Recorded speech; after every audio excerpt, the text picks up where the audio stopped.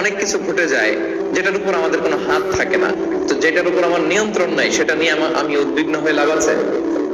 জীবন আপনাকে অনেক কিছু দিবে আবার কেড়ে নেবে। আল্লাহ এভাবেই পৃথিবীটাকে সাজিয়েছে, ইয়াউমুন লাকা ওয়া ইয়াউমুন আলাইকা, একদিন আপনার ভালো যাবে আরেকদিন খারাপ যাবে। ওয়া তিলকাল আইয়ামু নুদাবিলুহা বাইনান নাস, আল্লাহ বলেন যুগটাকে আমি ঘুরিয়ে ফিরিয়ে মানুষের সামনে এভাবেই আনি। This is the routine work of this দুনিয়া। দুনিয়ার রুটিন ওয়ার্ক এইটা। আজকে ভালো, কালকেও যে ভালো যাবে এমনটা নয়, কালকে খারাপ যাবে। আজকে তার খারাপ যাচ্ছে, পরশুদিন আবার তার ভালো দিন যাবে, ঠিক কিনা বলেন? অন্য এক সূরায় আল্লাহ তাআলা বলেছেন ফাইন্না মাআল উসরি ইউসরা, নিশ্চয়ই কষ্টের সাথে আছে স্বস্তি। আজীবন মানুষ কষ্টে থাকে না, দুঃখের পরে থাকে সুখ, দুঃখের পরে কি থাকে? সুখ থাকে। এজন্য উদ্বিগ্ন হওয়া যাবে না। বিষ্ণু ইসলামের জীবনী থেকে আমরা এটাই শিখি, উদ্বিগ্ন হওয়া যাবে না। তিনি বলতেন ওয়া'লাম আন্নামা আসাবাকা লাম ইয়াকুন লিয়ুখতিআক ওয়া মা আখতাআকা লাম ইয়াকুন লিয়ুসিবাক রুফিআতিল আকলাম ওয়া জাফফাতিস সুহুফ। ওনার কাজিন আব্দুল্লাহকে ডেকে বললেন, আব্দুল্লাহ, যেটা তুমি পাওয়ার সেটা তুমিই পাবা, কোনোদিন মিস হবে না। এটা যেটা তোমার হওয়ার কথা ছিল এটা তুমি পাবাই, এটা মিস হবে না।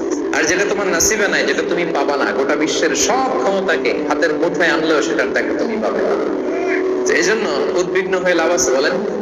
আমরা আমাদের সর্বোচ্চ চেষ্টাটুকু করব, তারপর ফলাফলের জন্য আমরা ভরসা রাখবো, নির্ভর করবো একজন সত্তার উপর। আওয়াজ করে বলেন তো তিনি কে? আপনি যদি কোরআনকে জিজ্ঞেস করেন যে what is the Quranic formula of happy life, সুখে শান্তিতে থাকার জন্য কোরআনিক ফর্মুলাটা কি, কিভাবে আমরা সুখী সমৃদ্ধ জীবন পেতে পারি, কোরআন আপনাকে দুইটা জিনিসের কথা বলে। নাম্বার 1 ফেইথ, বিশ্বাস, আল্লাহর উপর অগাধ বিশ্বাস এবং আস্থা। 2 নম্বর হচ্ছে গুড ডিড, মানে সৎকর্ম, নেক আমল। যার মধ্যে এই দুইটা থাকবে তাকে সুখী সমৃদ্ধ জীবন দান করবে কে? Faith and good deed will be happy in your life, for the sure I'm telling you. এই দুইটা যদি এনশিওর করতে পারেন আপনাকে সুখী সমৃদ্ধ জীবন দিবে কে?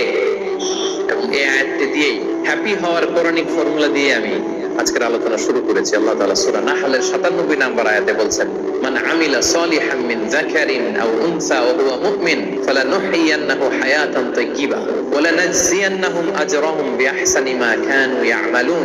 বিশ্বাসী নারী কিংবা পুরুষ তারা যদি সৎকর্ম করে তাদেরকে আমি সুখী সমৃদ্ধ জীবন দান করব।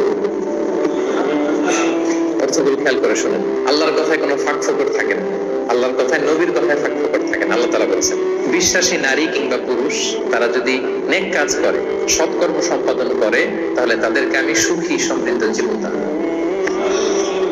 তাহলে আমরা যদি আল্লাহ বিশ্বাস করি, আল্লাহর উপর বিশ্বাস আস্থা থাকে এবং সৎকর্ম সম্পাদন করি পৃথিবীতে, তাহলে আমরা সুখী এবং সমৃদ্ধ জীবন লাভে ধন্য হব প্রিয় ভাই। তবে একটা জিনিস আমাদের মাথায় রাখতে হবে আলোচনা শুরুতেই, সেটা হচ্ছে এই যে হ্যাপিনেস বা সুখ, এই পৃথিবীতে যে সুখ, happiness in this worldly life, in this দুনিয়া ইজ পার্মানেন্ট, ইটস টেম্পোরারি।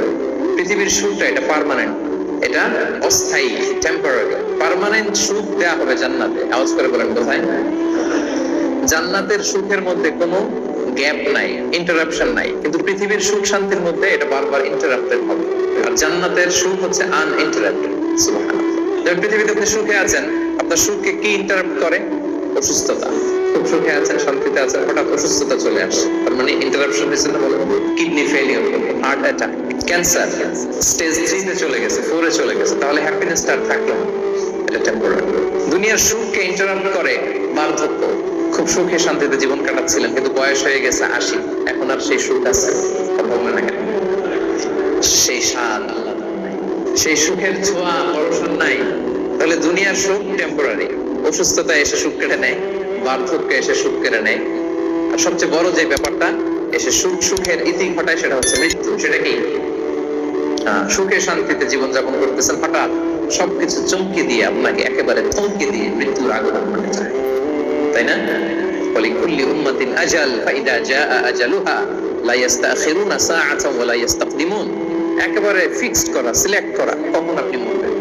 এই মৃত্যুর সময়টা আপনার ফিক্সড টাইমের 1 সেকেন্ড আগেও আসবে না, পরেও আসবে না। চির সুখ, চির শান্তি, আনইন্টারাপ্টেড হ্যাপিনেস আপনি পাবেন জান্নাতে। আল্লাহ তাআলা বলেন ওয়া আম্মাল্লাযীনা সুঈদু ফাফিল জান্নাতি খালিদিনা ফিহা মা দামাতিস সামাওয়াতু ওয়াল আরদু ইল্লা মা শাআ রাব্বুক আতাআন গায়রা মাজদুদ। সুবহানাল্লাহ। জান্নাতের নিয়ামত সুখ হবে, এটাকে আল্লাহ নাম দিয়েছেন আতা গায়রা মাজদুদ, এন্ড আনইন্টারাপ্টেড গিভিং। ওই যে সুখ পাবেন আপনি, আর কোনো ইন্টারাপশন হবে না। সুখ আর সুখ, শান্তি আর শান্তি।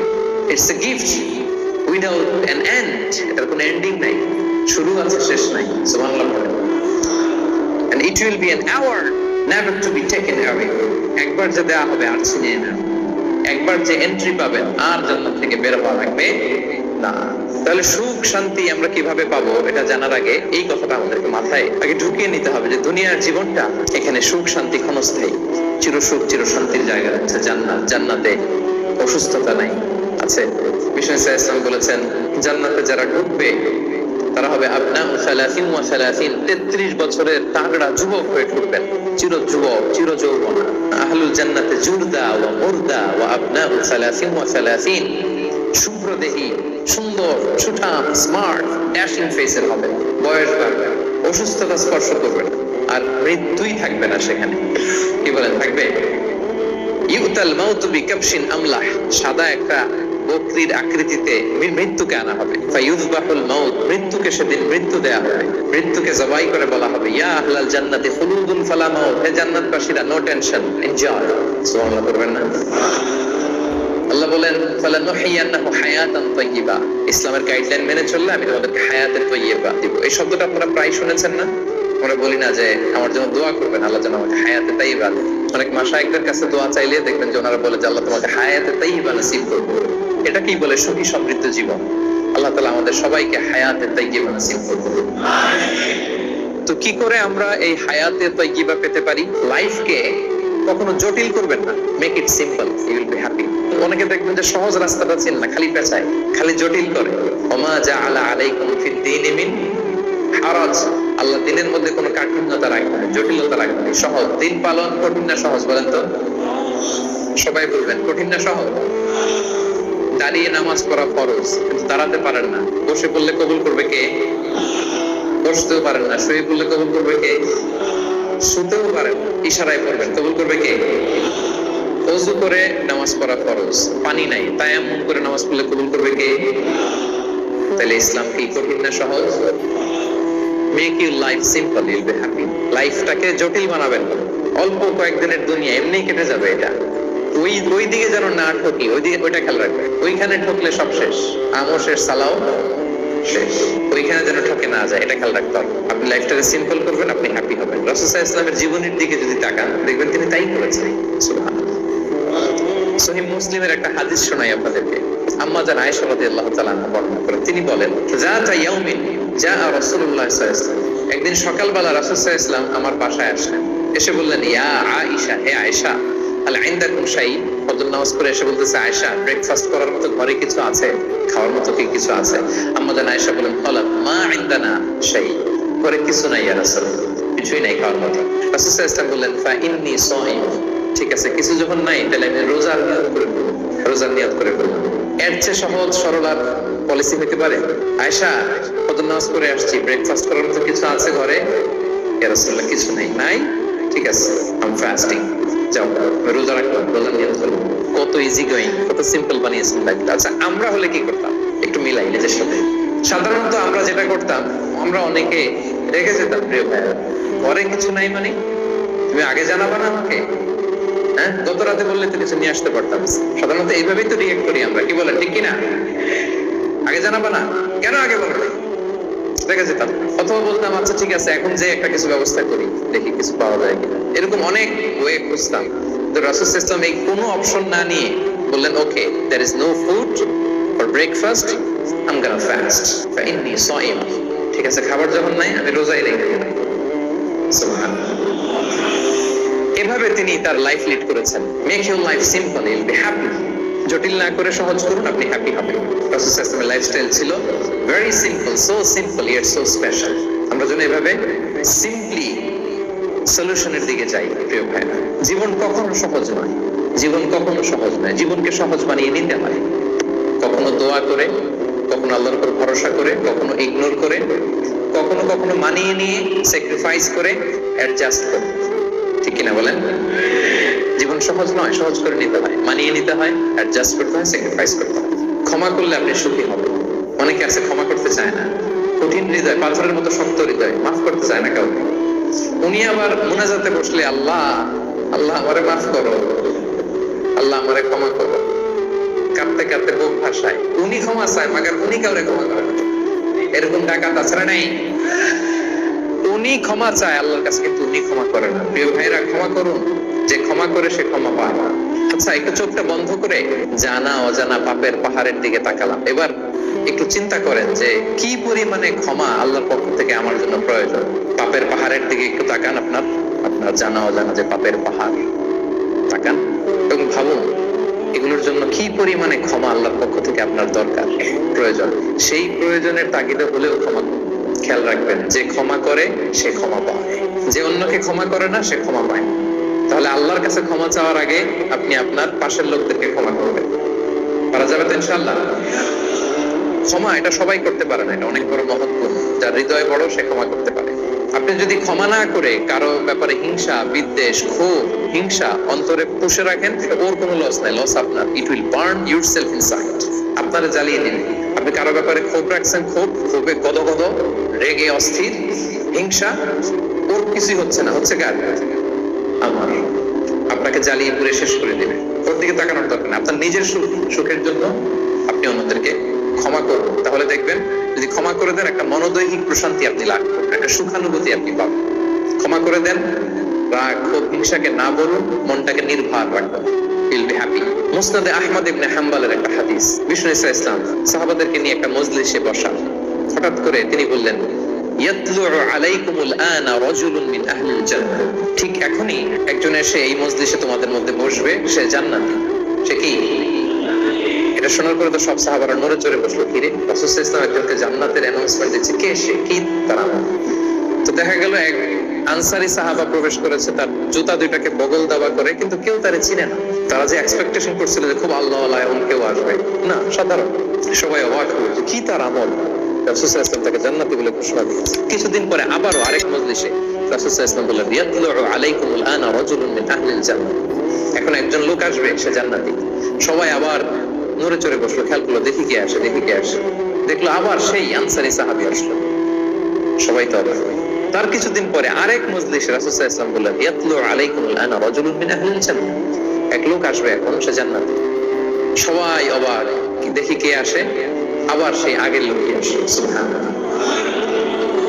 সাহাবীরা অবাক। সবচেয়ে বেশি অবাক হয়েছেন আব্দুল্লাহ ইবনে আমর ইবনে আল-আস রাদিয়াল্লাহু তাআলা। তিনি অবাক হলেন, ঘটনায় কারো ব্যাপারে তো নবীজি এমন বলেন না, কি তার আমল, কি তার গোপন রহস্য, দেখি তো খুঁজে বের করা যায় কিনা। তিনি ওই সাহাবীর বাড়িতে গেলেন, যে কৌশল করে একটা কথা বললেন, প্রিয় ভাই, আমি তোমার ঘরে মেহমান হতে চাই। অনেকদিন ধরে আমার আব্বার সাথে আমার একটু মনোমালিন্য, বাসায় না থেকে তোমার বাসায় থাকবে। আসলে মনোমালিন্য এখন হয় নাই, আগে হয়তো কখনো হয়েছে। ওইটাকে একটু কৌশল করে বলাকে আরবিতে তাওরিয়া বলে। কি বলে?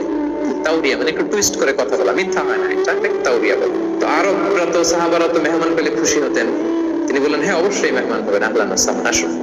3 দিন ওই সাহাবীর বাড়িতে তিনি থাকেন। খেয়াল করলেন কি করে না করে, ইবাদত, শেষ রাতে, মাঝরাতে। কিন্তু তিনি হতাশ, অনেক খেয়াল করার পরে হতাশ। না, যে আশা নিয়ে আসছি এরকম কিছু দেখা যাচ্ছে না। শেষমেশ 3 দিন পরে তিনি খুলেই বললেন যে, ভাই আসলে তেমন কিছু হয় নাই আমার বাবার সাথে, যে কারণে আমি তোমার বাসায় এসেছি। আমি এসেছি তোমাকে ফলো করবার জন্য।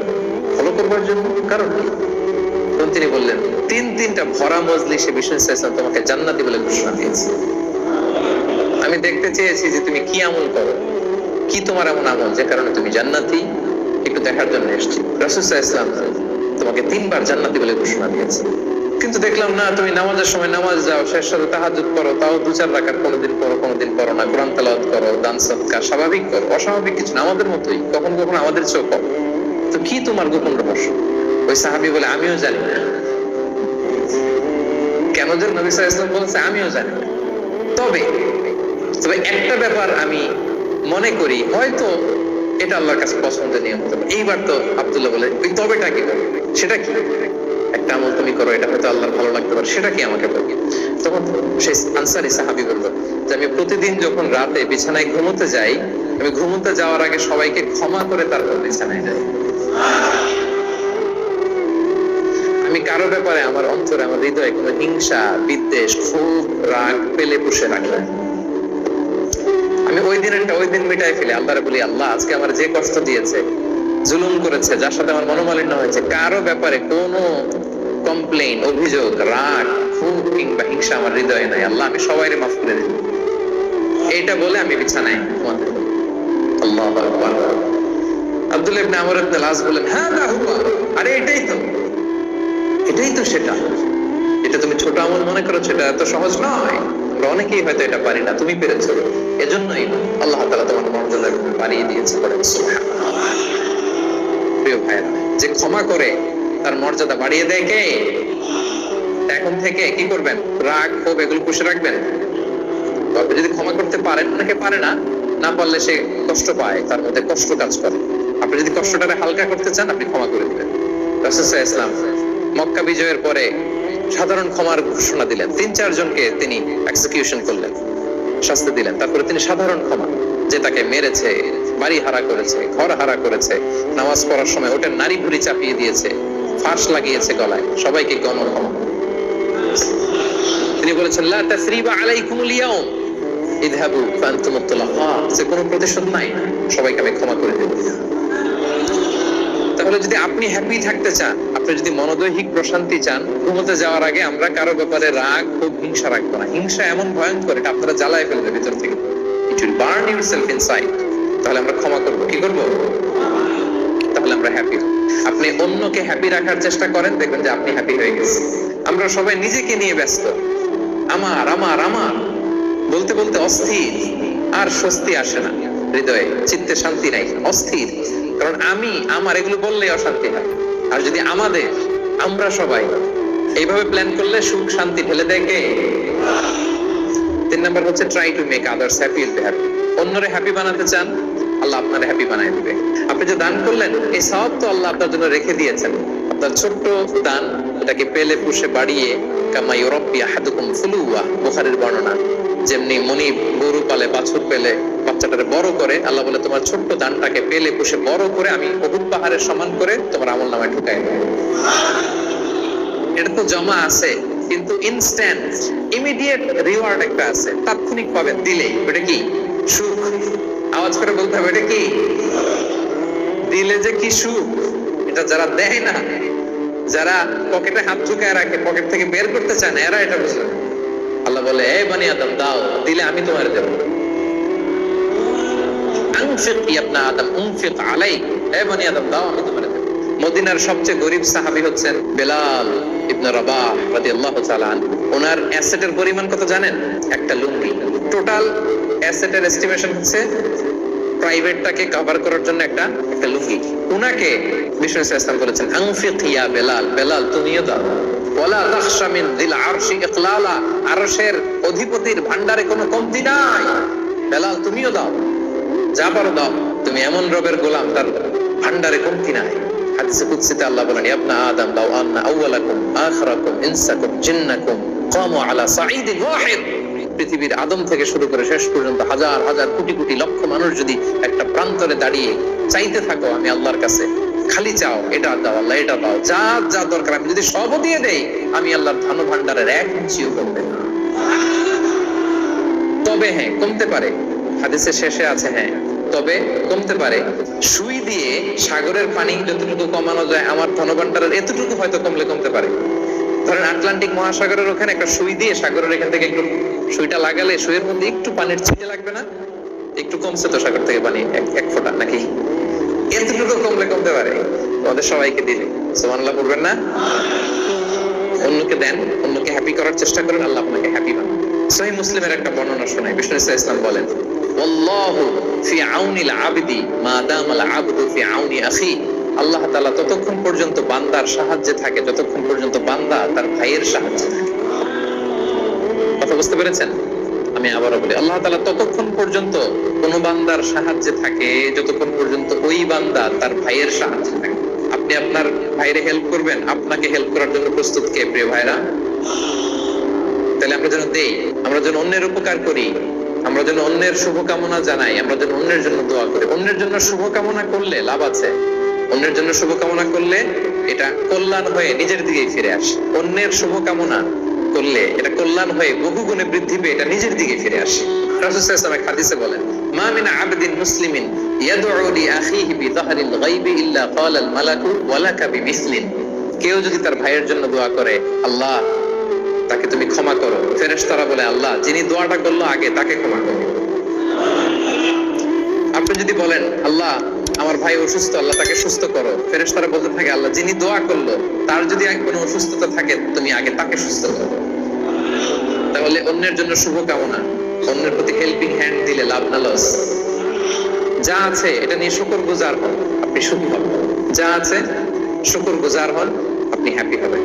অনেকে দেখবেন কৃতজ্ঞ হতে চায় না, শুকরগুজার হয় না, কমপ্লেইন, খালি অভিযোগ।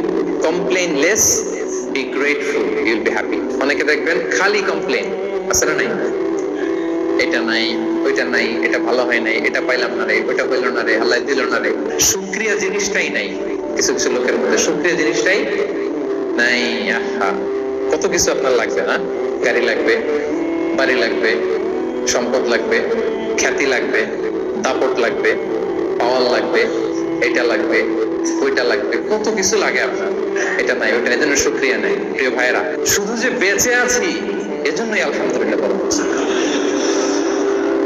শুধু বেঁচে আছে, আর কিছু লাগবে না আপনার, শুধু বেঁচে আছেন যে এই জন্যই আলহামদুলিল্লাহ।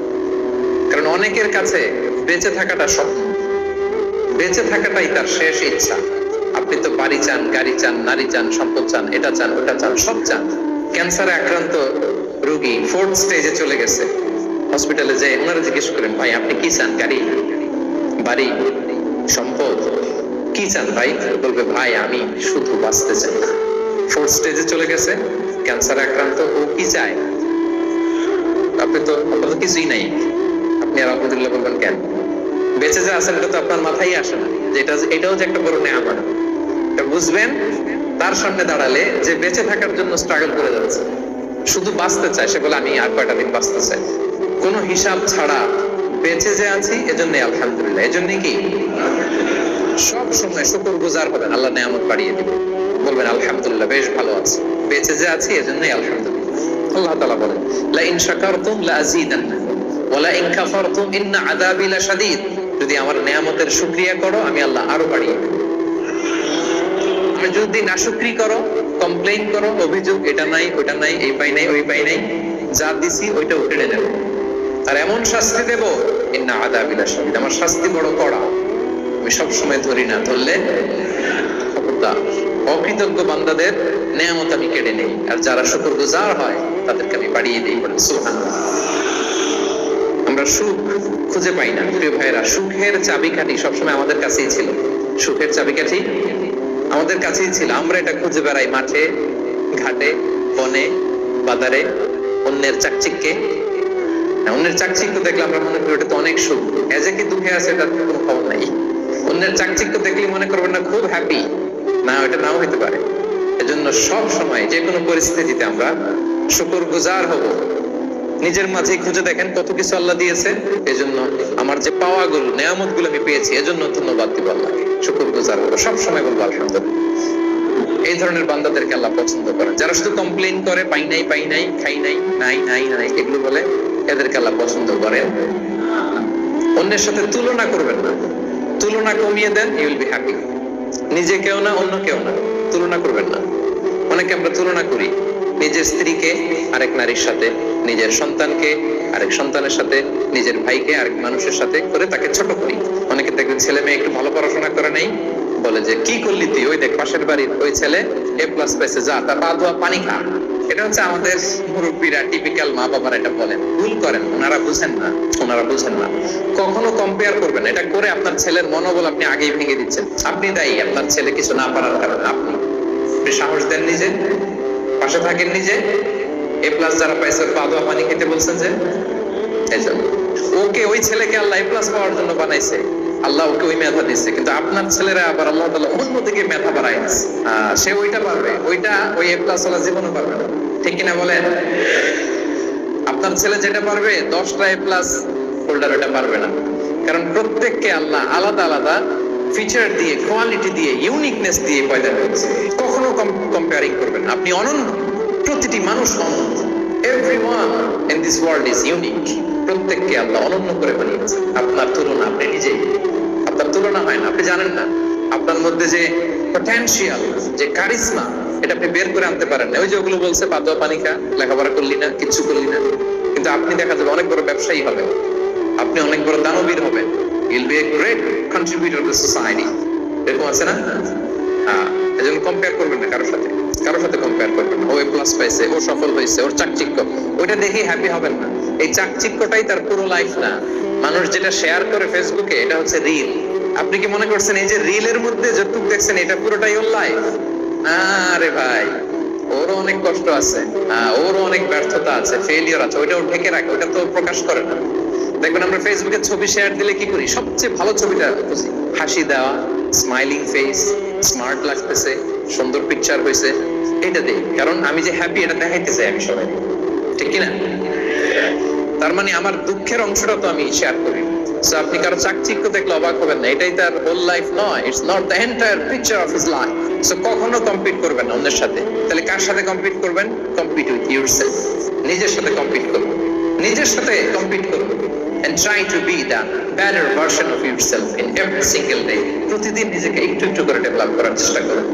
And don't lose your confidence by comparing yourself with others. Dear brothers and sisters, কখনো নিজেকে অন্যের সাথে তুলনা করে আপনার কনফিডেন্স কমাবেন না, আপনার সন্তানের কনফিডেন্স কমাবেন না। কারণ প্রতিটা মানুষ অনন্য। আপনি অনন্য, আমি অনন্য।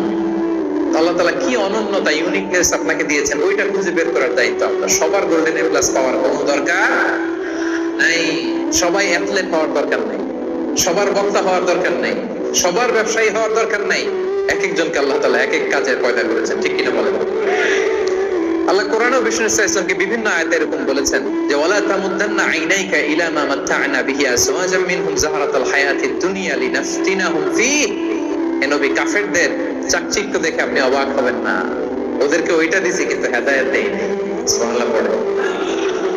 অন্য আয়াতে আল্লাহ বলেছেন ফালা ইয়াগুরুকা তাকাল্লুবুহুম ফিল বিলাদ। দাপটের সাথে ওরা দেশে দেশে ঘুরে বেড়ায়, এই চাকচিক্য দেখে আপনি অবাক হবেন না, ধোঁকায় পড়বেন না। আপনাকে যা দিয়েছি ওদেরকে আমি দেই নাই। আপনার সম্মান আমি বাড়িয়েছি। ওয়া রাফা'না লাকা যিকরাক, যেখানে আমার নাম সেখানে আপনার নাম। সুবহানাল্লাহ। মনে সুখী আসল সুখ। এজন্য মনকে অস্থির হতে দেয়া যাবে না, মনকে সবসময় স্থির রাখবেন। মনের সুখ আসল সুখ। মনের সাথে কথা বলুন, মনকে জিজ্ঞেস করুন মন কিসে খুশি হয়, কিসে হয় না, কিসে শান্তি পায়, কিসে পায় না। শুধু সম্পদ থাকলেই মানুষ সুখী হয় না, সম্পদের দরকার আছে। অনেকে দেখবেন অনেক সম্পদের মালিক, অনেক টাকা পয়সা, কিন্তু খেয়ে হজম করতে পারে না, এরকম আছে না? নাই? অনেক সম্পদশালী ছেলে কথা শোনে না, গাঁজা খায়, আছে না? না, এটা আমার বাস্তব কথা থেকে বলছি। আমাদেরকে বলে রিহ্যাবে পাঠায়, রিহ্যাবিলিটেশনে পাঠায়, 6 মাস পরে আসে আবার গাঁজা খাওয়া শুরু, আছে না? নাই? তাহলে শুধু সম্পদ থাকলে আপনি হ্যাপি হবেন না। মনের সুখ আসল সুখ। অনেক সম্পদ কিন্তু পরিবারের শান্তি নাই, সুস্থতা নাই, তাহলে কিছুই নেই। মনের সুখটাকে যেন আমরা সবচেয়ে বেশি গুরুত্ব দিই। সম্পদের দরকার আছে প্রিয় ভাই, হালাল ভাবে উপার্জিত সম্পদের প্রাচুর্য থাকতে পারে, সমস্যা নেই। পার্থিব হালাল উপভোগের জিনিস, এটা নিষেধ নয়। স্বয়ং বিষ্ণু ইসলামী বলেছেন আরবাউন মিনাস সাআদা, 4টা জিনিস সৌভাগ্যের লক্ষণ। এটা যদি পাও খুব ভালো। 1 নাম্বার আল মারআতু সালিহা, নেককার স্ত্রী। নেককার কি?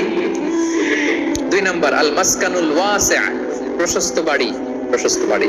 3 নাম্বার আল জারু সালিহ, গুড নেইবার, ভালো প্রতিবেশী। 4 নাম্বার আল মারকাবুল হানি, সুইট রাইড, মানে ভালো বাহন বা যানবাহন। 4টা থাকলে এটা একটা সৌভাগ্যের আলামত, খুশনসিব, এটা ভালো। কিন্তু খেয়াল করে দেখেন তো বিশ্বনবী 4টার মধ্যে কয়টা ছিল? শুধু 1 নাম্বারটাই ছিল, বাকি 3টা ছিল না। 1 নাম্বার কি ছিল? আল মারআতু সালিহা, নেককার স্ত্রী, এটা বিশ্বনবীর ছিল, ঠিক কি না? 2 নাম্বার আল মাসকানুল ওয়াসি', স্পেশিয়াস হাউস, বড় ঘর, বিশ্বনবীর ছিল না? মক্কায় না মদিনায়? মদিনার ঘরগুলো দেখেন এক এক বিবির এক এক ঘর, ছোট্ট ঘর, খালি হাইটা এসে বসতে পারে আর শুইতে পারে। 3 নাম্বার আল জারু সালিহ, ভালো প্রতিবেশী ছিল। মক্কায় না মদিনায়? মদিনায় গেলেন, আশেপাশে ইহুদিরা থাকতো, বনু কাইনুকা, বনু কুরাইজা, বনু নাদির। তাদের ষড়যন্ত্রে একটা রাতও শান্তিতে ঘুমাইতেই পারে না। সুপ্ত দূর কি বাদ, সবসময় জ্বালাতন করতো, বিট্রে করতো, আদাভঙ্গ করতো, এগুলো ঘটেছে। তার মানে ভালো প্রতিবেশী জোটে নাই। 3 নাম্বার 4 নাম্বার আল মারকাবুল হানি, ভালো বাহন। খুব বেশি ভালো বাহন ছিল তাও বলা যায় না, খাবারে তো ছিল না, ওট খাইলে না গায়ে জোর থাকবে, ঠিক কিনা? হ্যাঁ, কসওয়া আতবা ছিল। তার মানে বাহন ছিল চালানোর মতো, কিন্তু খুব বেশি ভালো বাহন যে ছিল এমন নয়। তাহলে 4টার মধ্যে বিষ্ণু পেয়েছিলেন কয়টা? 1টা।